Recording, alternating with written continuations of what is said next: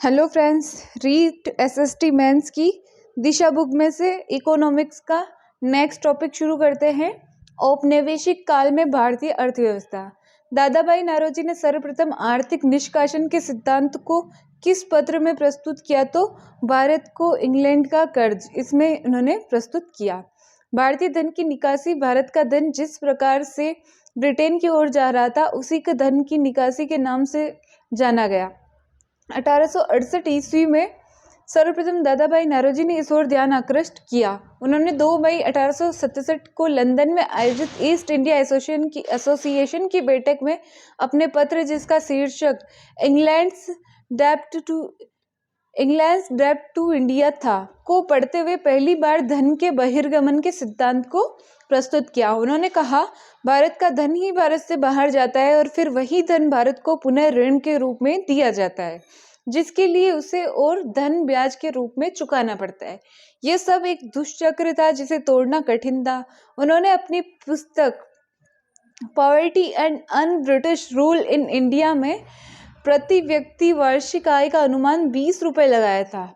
दादा भाई नौरोजी ने धन निष्कासन को अनिष्टों का अनिष्ट, एविल ऑफ ऑल एविल्स की संज्ञा दी। भारतीय राष्ट्रीय कांग्रेस द्वारा अपने कलकत्ता अधिवेशन 1896 में सर्वप्रथम धन के निष्कासन सिद्धांत को स्वीकार किया गया। 1901 में इंपीरियल लेजिस्लेटिव काउंसिल के बजट पर भाषण देते हुए गोपाल कृष्ण गोखले ने धन के बहिर्गमन सिद्धांत को प्रस्तुत किया। नौरोजी ने भारत की वास्तविक गरीबी के कारण भारतीय धन की निकासी को ही माना। भारत में राष्ट्रीय आय का आकलन पहली बार किसने किया? तो दादा भाई नौरोजी ने किया। औपनिवेशिक काल में राष्ट्रीय आय का आकलन कर्ताओं में शामिल थे तो विलियम डिग्बी शामिल थे, दादा भाई नौरोजी और फिंडले सिराज, तो उपयुक्त सभी शामिल थे। औपनिवेशिक शासकों ने कभी भारत देश की राष्ट्रीय तथा प्रति व्यक्ति आय का आकलन करने का भी ईमानदारी से कोई प्रयास नहीं किया। कुछ लोगों ने निजी स्तर पर आकलन किए, पर उनका अनुमानों में बहुत विसंगतियां और आपसी मतभेद भी रहे।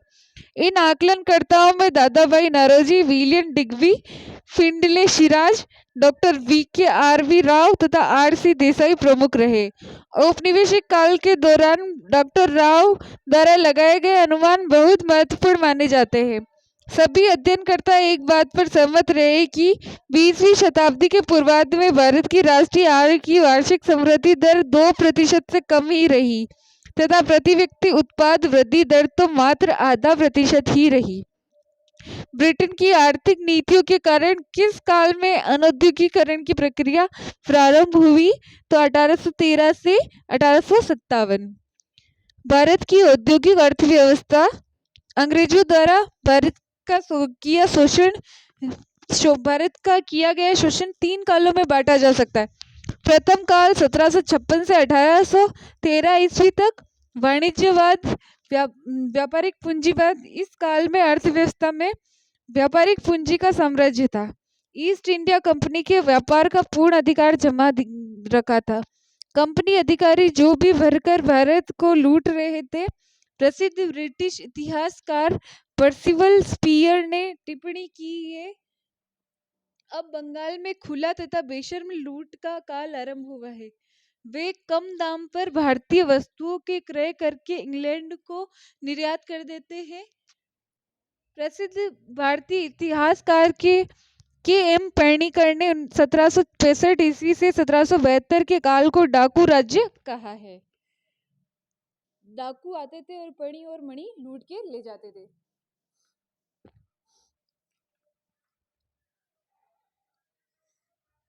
द्वितीय काल 1813 से 1857 के मध्य। औद्योगिक मुक्त व्यापार विऔद्योगिकीकरण के प्रक्रिया का आरंभ। यह मुक्त व्यापार एवं पूंजी के साम्राज्यवाद का काल था। इस समय का भारत ब्रिटेन में निर्मित वस्त्रों के लिए बाजार एवं कच्चे माल के स्रोत के रूप में प्रसिद्ध था। इस काल में भारत कुटीर और लघु उद्योगों का पतन हुआ। इस संदर्भ में कार्ल मार्क्स ने कहा था, सूती कपड़ों के घर में सूती कपड़ों की भरमार कर दी है। तृतीय काल 1857 से 1947 के मध्य वित्तीय पूंजी का साम्राज्यवाद भारत में अपनी जड़ें जमाने का प्रयत्न करने लगा। तात्पर्य ये है कि अंग्रेजों द्वारा यहाँ के उद्योगों में भारी मात्रा में पूंजी निवेश किया जाने लगा। औपनिवेशिक काल में सबसे बड़ा व्यवसाय कौन सा था? तो कृषि था। औपनिवेशिक काल में विभिन्न औद्योगिक क्षेत्रों में लगे कार्यशील श्रमिकों के आनुपातिक विभाजन में कोई परिवर्तन नहीं आया। कृषि सबसे बड़ा व्यवसाय था, जिसमें 70 से 75% जनसंख्या लगी थी। विनिर्माण तथा सेवा क्षेत्रों में क्रमशः 10% तथा 15 से 20% जन समुदाय को रोजगार मिल रहा था। क्षेत्रीय विषमताओं में वृद्धि एक बड़ी विलक्षणता रही। अंग्रेजों द्वारा भारतीय कृषि के व्यापारीकरण के पीछे मुख्य उद्देश्य था इंग्लैंडों के उद्योगों के लिए कच्चे माल को उपलब्ध कराना। 1850 ईस्वी तक भारत में उन वस्तुओं की खेती की जाती थी जो मुख्यतः भारतीयों के उपभोग हेतु आवश्यक होती थी, परंतु 1850 के बाद अंग्रेज सरकार ने उन्हीं वस्तुओं के उत्पादन को प्रोत्साहन दिया जिनका उपयोग ब्रिटेन के उद्योगों में कच्चे माल के रूप में हो सकता था। ब्रिटिश सरकार भारत को अपने सामानों की मंडी तथा कच्चे माल भेजकर एक उपनिवेश की भूमिका के लिए तैयार कर रही थी। इस नीति के तहत ब्रिटिश सरकार ने भारतीय किसानों को ऊंची कीमत देने का प्रलोभन देकर कपास, जूट, नील, कॉफी, चाय, मूंगफली, गन्ना जैसी वाणिज्यिक फसलों के उत्पादन के लिए प्रोत्साहन दिया। मलमल सूती कपड़ा कहाँ का प्रसिद्ध है? तो ये प्रसिद्ध है बंगाल का।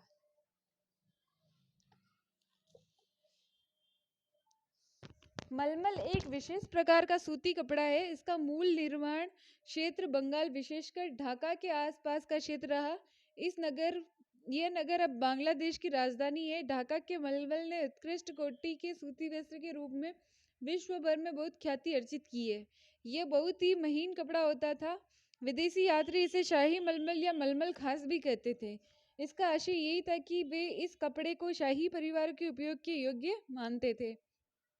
भारतीय उद्योग जो ब्रिटिश आर्थिक नीतियों से बर्बाद हो गए, निम्नलिखित में से कौन से थे? तो वस्त्र और हस्तशिल्प थे। भारतीय हस्तशिल्प उद्योग का ह्रास।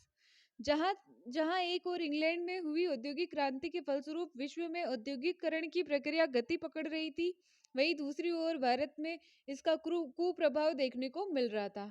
1800 से 1850 ईस्वी के मध्य के समय को भारत के प्राक औद्योगिकरण के काल के नाम से जाना जाता था। इस काल में भारत के हस्तशिल्प और कुटीर उद्योगों का पतन हुआ।